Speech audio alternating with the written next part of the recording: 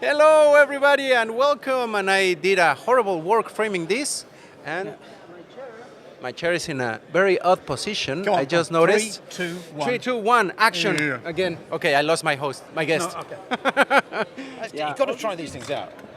Last minute fixes. Yeah. We're testing in production, people. We are. You've got your. Let me put my shirt on display because you've got yours off. Oh yeah. It was getting pretty warm in here. See, now, and does this strobe?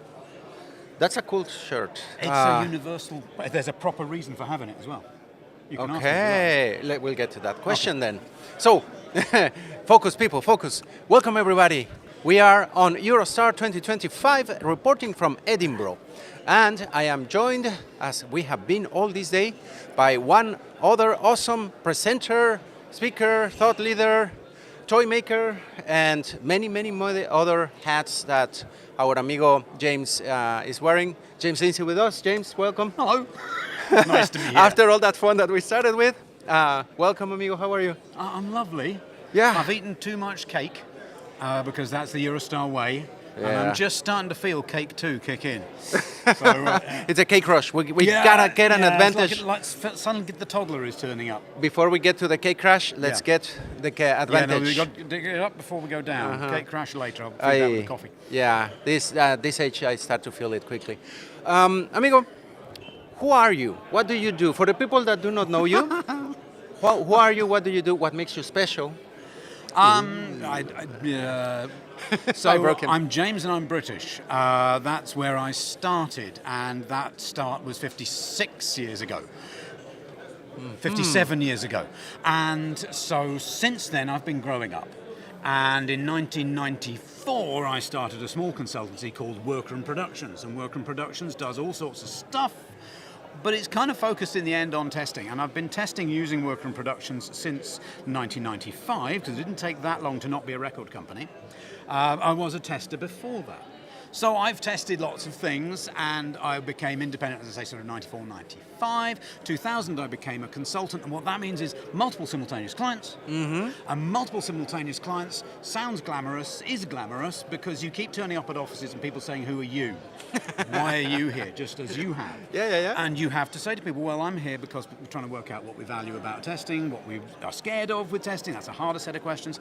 And so consultant test strategist is kind of how it goes. Now, toy maker is where we're going these days. And so having done big consulting strategy stuff for billing companies and massive regulators and things that I can't talk about, that's fun, but it's also fun to teach. So I've been teaching exploratory testing for a long time, because I think that finding trouble is something we don't tend to do as testers, particularly because we don't have the budget. So I teach exploratory testing to those people who can pay to train exploratory testing. That means they've got the budget to do it, which is a nice thing. Yeah. And people find trouble. And one of the ways to help people find trouble better is to play, so they can feel what recognizing trouble feels like, so they can go, okay, I last time I found this trouble, it didn't matter, but now it does. But so I teach them the bit that didn't matter, so they've got skills for when it does. So there's lots of playing going on. And so I make toys for people to play with as testers. That's one of the big things I'm doing now as part of my consulting strategy training. That's crazy impressive, and you were showing us people. If you want, I have one of the toys. Sure. Here, it was given to me. I need to find the Easter egg on this. I'm slightly worried that I'm not going to be able to, but... I'm the only person who knows there's an Easter egg on that card, because it's been on the card for about 5 years. I've never told anybody there's an Easter egg. About 2 years' time, if nobody tells me what it is first, I will tell you what the Easter egg is. There's going to be a blog post or something there's coming going up to be a with... single blue sky skeet. Okay. Yeah. It's a long game, you know. Anyway, that's this toys. Toys look like that. Yeah, the screen is a little bit too shiny for the camera, but you know, if you press touch the buttons, it changes the shine. No, it doesn't. it's only the middle buttons, right? Thank you for telling me that. Yes, it's only the middle buttons. Then am I trying? No, because I was playing with the other ones as well. I'm like, I forgotten. think it's only the middle. So it does different patterns, reactions. Yeah, and I got ticked off by a very senior and excellent tester who said these things aren't testing. And I went, well, no, they're not.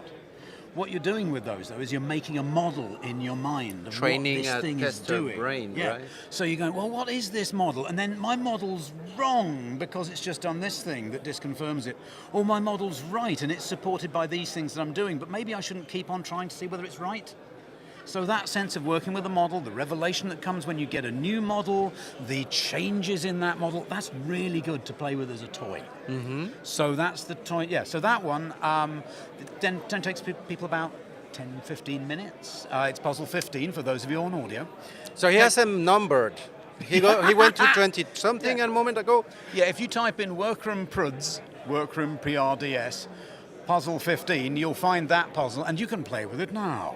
And Online? Yeah. Oh my God. They're all online. They're all online all the time.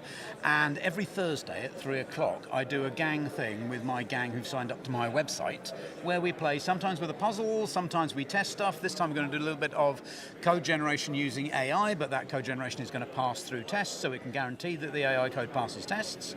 And last week, we wrote limericks. So there's fun things to do on Thursday afternoons by signing up to my website, workroom-productions.com. I've advertised. Check the page. Yeah. Any segues, any things that you can present, you want to advertise, please do. Especially because these type of things are useful for the people. They are going to get the brains.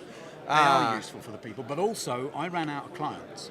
And I want to say that. I'm not looking for work so much as I'm looking for clients. I'd like a wider base of clients. So if you're interested in playing with software in order to learn about software, workroomproductions.com. I feel like I've advertised twice. I've never advertised at EuroSTAR before. It's really bad. You're tuning into Radio Performance. That was our advertisement block, and no. also, I realised when I took my jacket off, I removed your sticker. Oh, yeah. Yeah, because he also wanted to do more advertisement and stuff.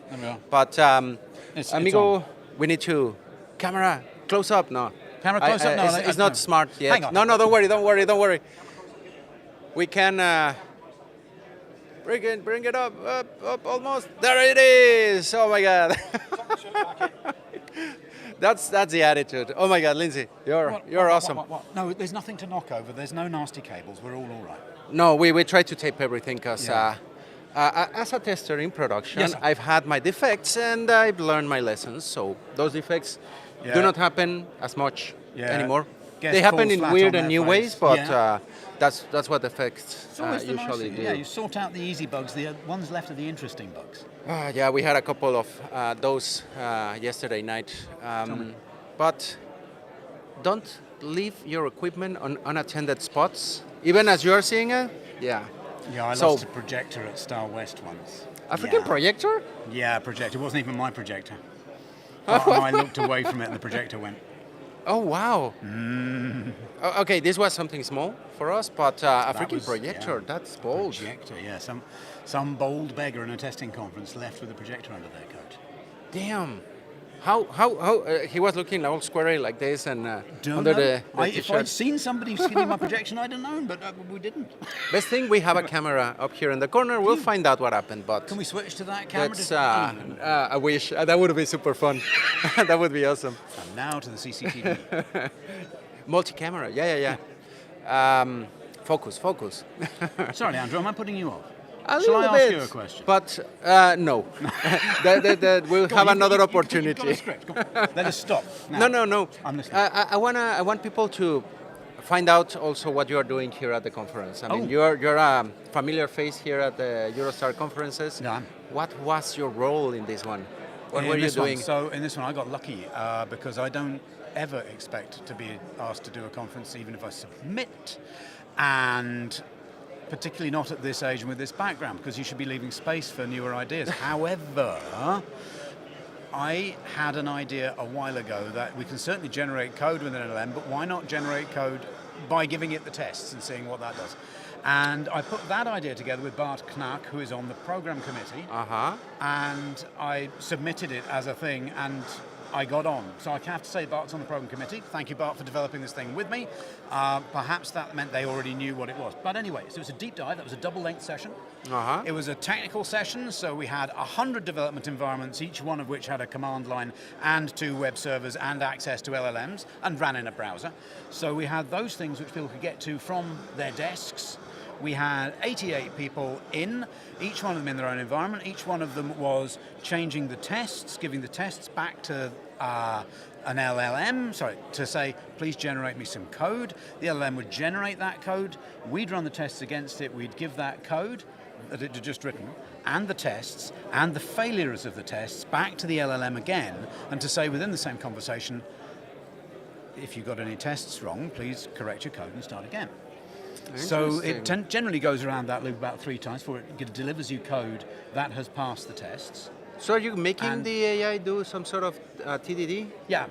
Yeah, it was initially called AI versus TDD, but then I thought, this is not an AI, this is an LLM, a large language model, which is a specialized kind of AI. Most AIs that I was familiar with, they tend to be trained on very large things, and then you give them a big bit of data, and you say, is this or is this not? Not specialized on language. A structural problem or a cancer. You know, you give something, you ask for a binary. But in generative stuff, you're giving something generally very small and asking something very big. So you say, I would like a picture by Rembrandt of a man riding a horse wearing a hat.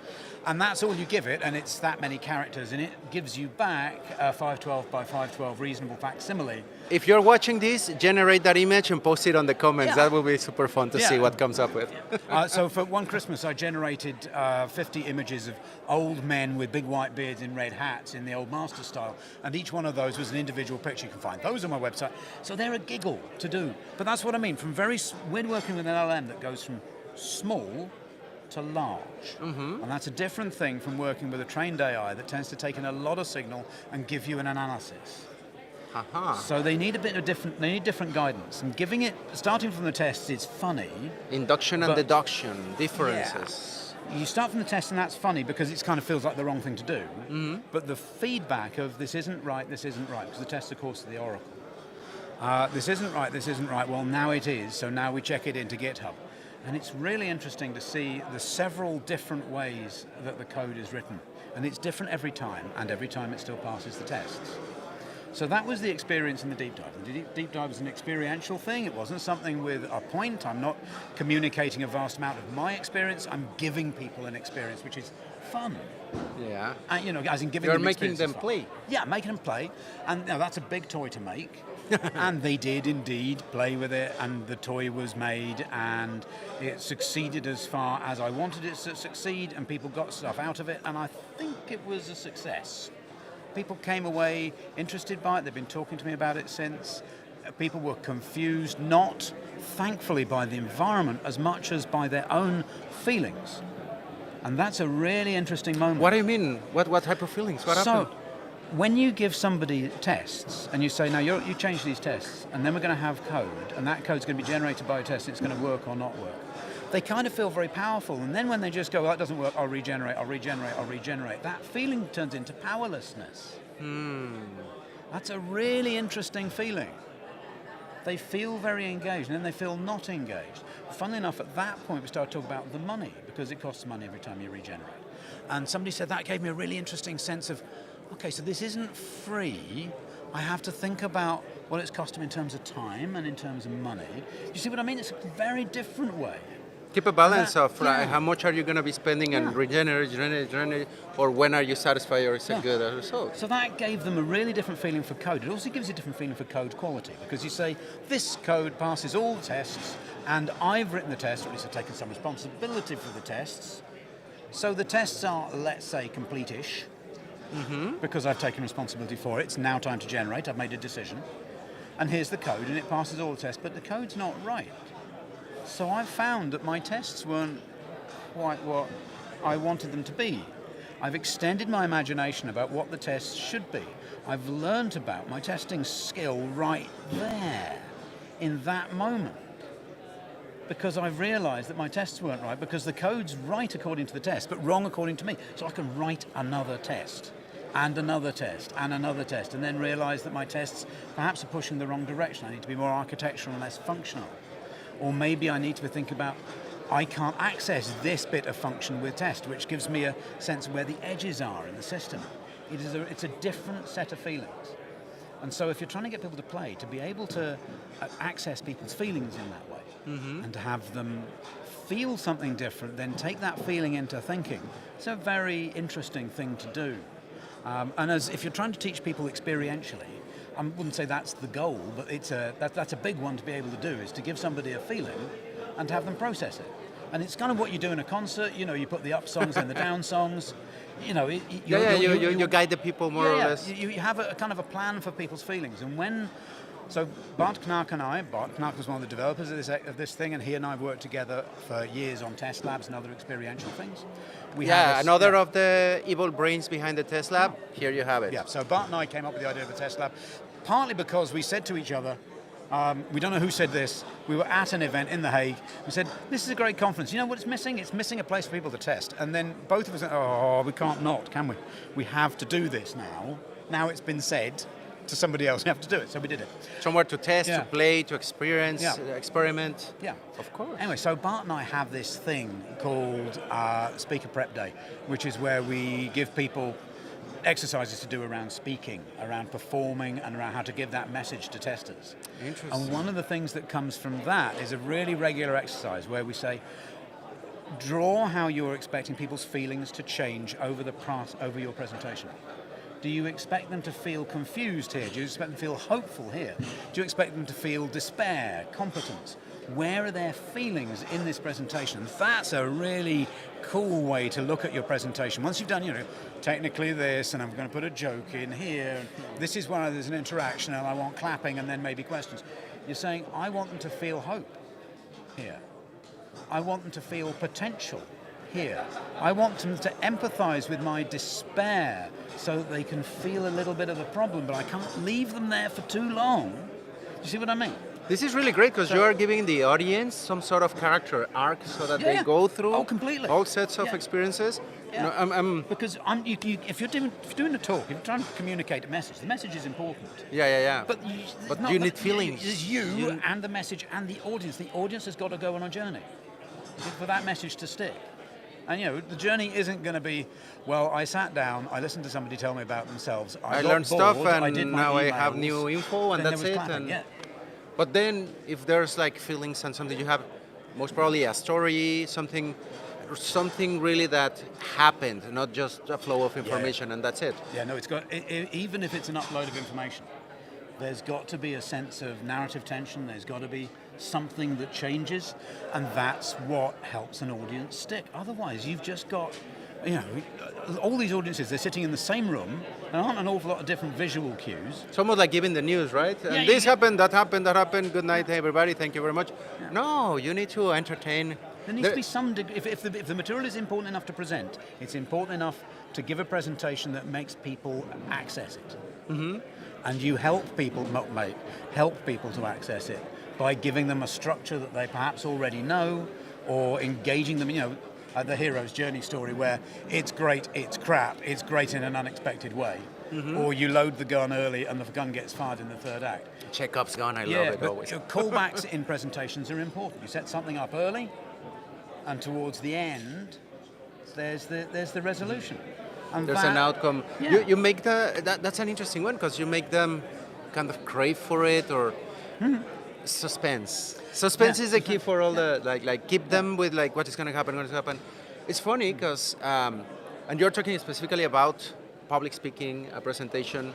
Yesterday we were talking about documentation, which crazy enough was totally the opposite. Give them the first thing, people short attention span, blah blah blah blah. No one reads until the end. But when you're on a talk, you have the audience, I mean, they can always walk out, but they are kind of trapped there with you. You can expect 80% of them are going to stick to the end. Yeah. And then you're going to have to pull them through that. You're going to guide them through that experience. So I'm part of a choir, and a set list that you put together takes people on a journey. Mm-hmm. It's a 2-hour concert. Of course, there's a set list. Of course, there's a journey. If you go to any concert, there's a set list. And I can guarantee that the program committee have put that set list together for this conference, as they do for every other conference. And one's talks have to have that. They've got to have those callbacks. They've got to have those parallelisms. They've got to have the up and the down. They've got to have the information and the.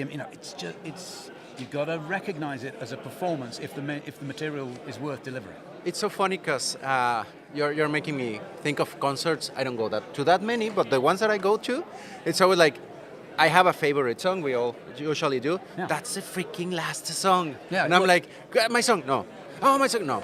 Yeah. Oh, and they'll tease it. They'll tease it with other songs. Sometimes they'll even tease it at the start. It's going to be, oh my God. Okay, but Sometimes they do the song you want at the start, and you go, what are they going to do next? And when they get to the end, you realise, oh my God, it's that song! It's the, so yeah, no, there's a narrative arc to these things. it's I get from this conversation the importance of playing, learn through playing, games, toys, The experiences, way it goes in your head, yeah. feelings, get yourself involved into what you're doing, make the AI ping pong some of those things and trigger feelings. It's funny how you said, we're short on time, I want to say so much around that, but I'll shut up. yeah, amigo James, we're already over time, but last words. Yeah. If you want to give the audience a billboard of information for them to grow, to the people, the testers watching us, what would that be? It's just recognize that when you're playing, it's really important work. Playing is important, and it's work. I love it. Yeah, Great. playing is important work. That's my message for today. I've never had that message before. That turned up in my head as I said the word playing. Play Isn't that equals interesting? work. Important work, yeah. Awesome. Yeah. So, for people that want to follow up with you, Yep. get in touch, ask you about your company and about if they want to call for services, give a call, where can they find you?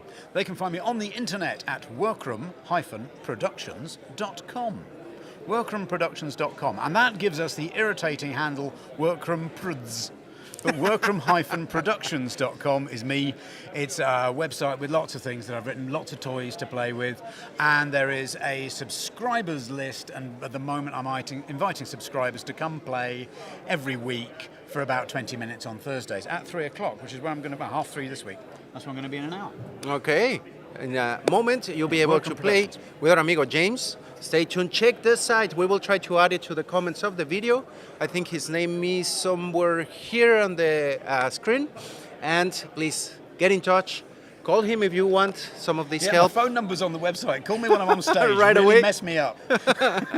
And stay tuned. Amigo James, it has been a pleasure. Thank you. Really, really. Lots of fun. I love it. Play is work. Yeah. It's super important. Sometimes we forget it, but that's how we learn. That's how we learned when we were babies. We were playing. And we didn't get tired of that, so take a note. So, amigo, thank you. Thank you. And everybody stay tuned, because this is not the end. We still have lots of awesome presenters and awesome figures here, thought leaders, and all those names, fancy names that we give to these amazing people. So stay tuned. This is EuroSTAR 2025. We'll see you in a minute. Adios. Adios, James. Bye.